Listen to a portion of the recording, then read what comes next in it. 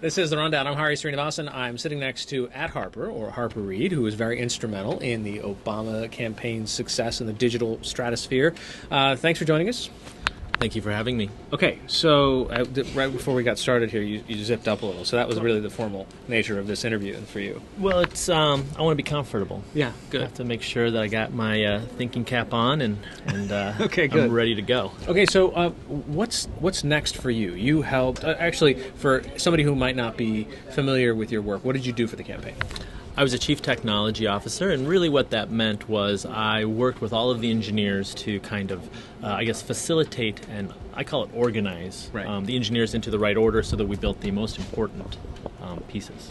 You know, I think MySpace ended up relaunching today or yesterday or something, I think. Yeah.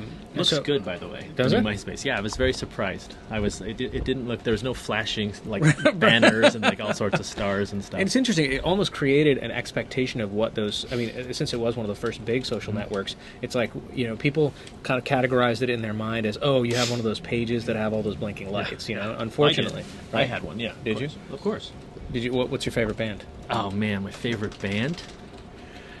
This is so hard. I've been listening to Weekend a lot. You know Weekend? Really? No, I haven't heard of it. It's some pretty serious R&B. Okay. Yeah. And you think they have a MySpace page? They probably do. Everybody does. Probably. I mean, I think that the labels, I think, made that a requirement. Really? And the new MySpace, I think, is very focused on music because they knew that was a music community, so they really pushed that.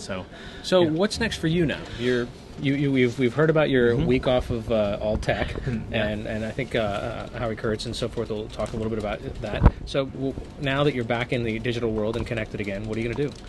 Well, I have a group of friends, and we're going to build something. We don't know what, but a friend of mine was joking. He's like, "So that's how you start a company? You just say I'm going to do it." Right. And I think that's kind of the first step. So we're focused on some software that we think is going to help make businesses move faster. Okay. Echoing some of the stuff we did at the campaign, echoing some of the stuff I did at Threadless, which is one previous place I worked, and just all these places where we just kind of tweaked knobs and then made it go a little faster. Right. So maybe we can take someone's business to 11 and help them make a little bit more money. That's kind of the goal here. Okay, so in this kind of next incarnation, is there, now when you look back, I mean, culturally, as Alexis Madrigal, I think, pointed out in the Atlantic article, you're very different than what passes for DC consultant, DC I've culture. noticed that as I've walked around the DC area, most people don't look like me. No, so, I mean, and he also pointed out very well that kind of culture clash initially, and how what was, if you could pass on to any company or anybody else, how do you integrate those cultures of this? Or sometimes the technologists are off in the corner. That's actually a really good question, and there's a couple things. One is a lot of times when you're hiring engineers, they're kind of a curmudgeon-y or kind of a strange bunch. A lot of times tattoos, a lot of times, they don't want to dress up. They work at night instead of the day. They get in late. And there's a lot of, it's not just looking like I do or looking like some of our engineers did or probably some of the people watching their engineers do. It's just about this different kind of culture that's maximized towards an efficiency of getting your work done. Yeah. And so it's like, you turn off the lights. You just have a nice keyboard, right. And you're just mostly comfortable. It's all about being comfortable. And so I think as people saw that real, true engineering, especially web engineering, has a place on a campaign, they're going to create an atmosphere for those people to flourish. Just like they create an atmosphere for comms people to flourish, or any of these kind of different groups, and just an understanding of that they're going to be different, I think is what will help people work together. I think just assuming that everyone's going to be the same is probably not a good assumption.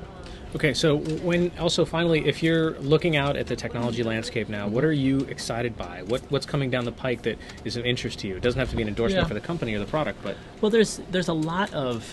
I just saw Facebook made a big announcement. Yeah, did you see? Ability to hopefully start searching the social graph, which has been a huge weakness for them.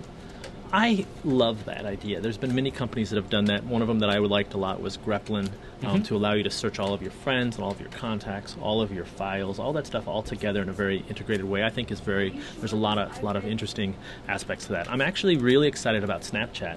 What's that? Snapchat is a app that a lot of young people are using to send very quick snippets of pictures back and forth. Okay. So I can send you a picture and it'll only last for about 5 seconds. So it's like invisible ink for pictures. It's exactly like that. And at first I think people were thinking this is only used for nefarious things. Okay. But actually I was in a restaurant in San Francisco the other night and a guy was like, hey, I want to take a picture of that. And as being the person I am, I looked to see what app he was using. Sure. And he used Snapchat.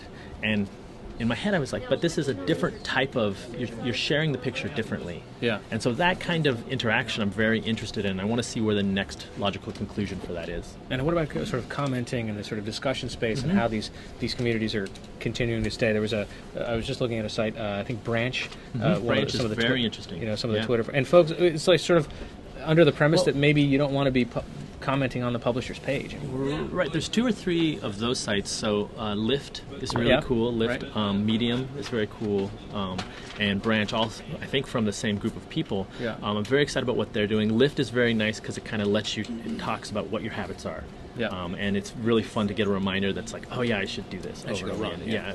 Run or tell your wife you love her, or all of these things that are just these nice little reminders that are like, you know you're going to do it, but you can kind of, it's a Foursquare for that stuff. Right. Right.